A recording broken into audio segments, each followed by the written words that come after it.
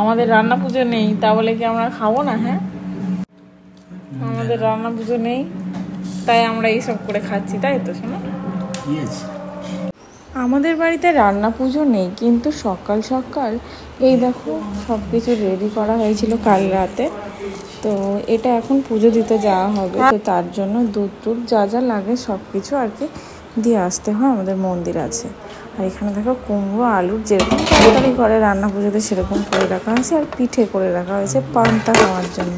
আর কিছু এই যে ভিডিওটা তোমরা দেখতে পাচ্ছ, এটা হচ্ছে আমার মামা শ্বশুরের বাড়ি, পুজো রয়েছে। তো রান্না পুজোর সেই ভিডিও করেই পাঠিয়েছে আর কি।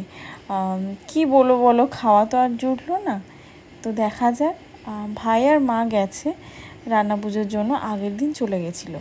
তো ওরাই বলেছে আনবে রান্না পুজোর একটু প্রসাদ। আর সেক্ষেত্রে রান্না পুজোর প্রসাদ খাওয়াও সবাই বলে খুবই ভালো, মানে খেলে বলে অনেক রোগ সেরে যায়। কিন্তু এবছর আর আমাদের জুটলো না, কিন্তু ভেবেছিলাম যে প্রসাদ পাবো, সেটা আর হলো না। তো দেখা যাক কবে আসবে ওরা, এখনও পর্যন্ত এসে পৌঁছায়নি। আমি ব্লগটা দুদিন পরেই এডিট করছি। আর দেখো কত সুন্দর, অনেক কিছু নিয়ম আছে। সো আমরাও অনেক নিয়ম জানি না, তো এগুলো দেখতেও অনেকটা সুন্দর লাগে, কি বলো? মা মনসার পুজো বলে কথা, অনেক নিয়ম মেনেই করে। এদিকে তোমাদের দাদাভাই সকাল থেকে গাড়ি নিয়ে চরকি পাক খাচ্ছে, এটা সেটা করছে, অথচ গাড়িটাকে না ধুচ্ছে না পুজো দিচ্ছে। আর আমি এদিক পুজো দেবো বলে সব কিছু রেডি করে নিয়ে বেরিয়ে পড়েছি। আর এখন তো আমাকে একাই যেতে হবে, এখন অনেকটাই দুপুর হয়ে গেছে, মানে 12:30টারও ওভার হয়ে গেছে। সবাই তো তাড়াতাড়ি পুজো দিয়ে চলে এসেছে, বাট আমার পুজো দিতেই অনেকটা লেট হয়ে গেছে। এদিকে দেখো মা মনসার পুজো দিতে চলে এসেছি আমাদের পাড়াতেই। এখানে ছোট্ট একটা মূর্তি এনেছে, কিন্তু কি সুন্দর দেখতে দেখো মূর্তিটা, দেখেই মন ভরে গেল যেন। আমার মানে আমি অ্যাকচুয়ালি এখানে থাকি না, থাকা হয় না কোনো বছর, কিন্তু এত সুন্দর মূর্তিটা এনেছি বছর, দেখার মতো।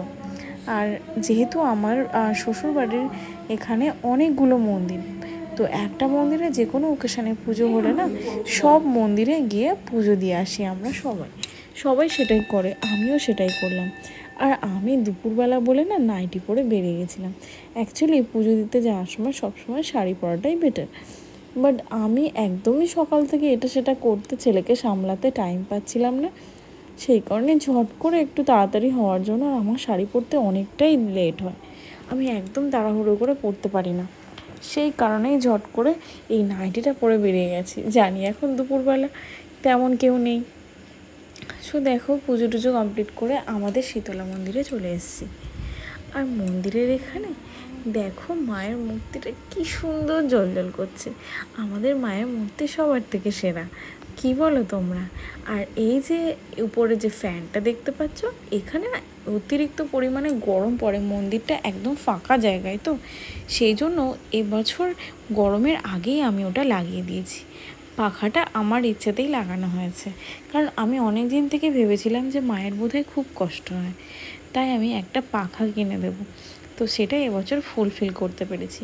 আর এদিকে দেখো তোমাদের দাদাভাই গাড়িটা না ধুইলো, অনেক বলে বলে গাড়িটা ধোয়ার পরে তাকে পুজো করলো না, ফুলও এনে দিল না।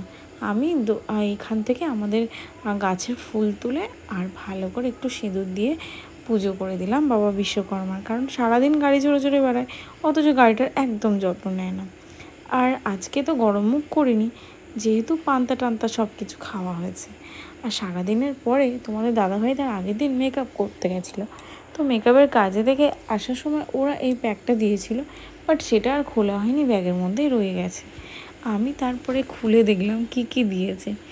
হ্যাঁ, অনেক পরেই দেখছি, মনেই ছিল না অ্যাকচুয়ালি এটা দিয়েছে।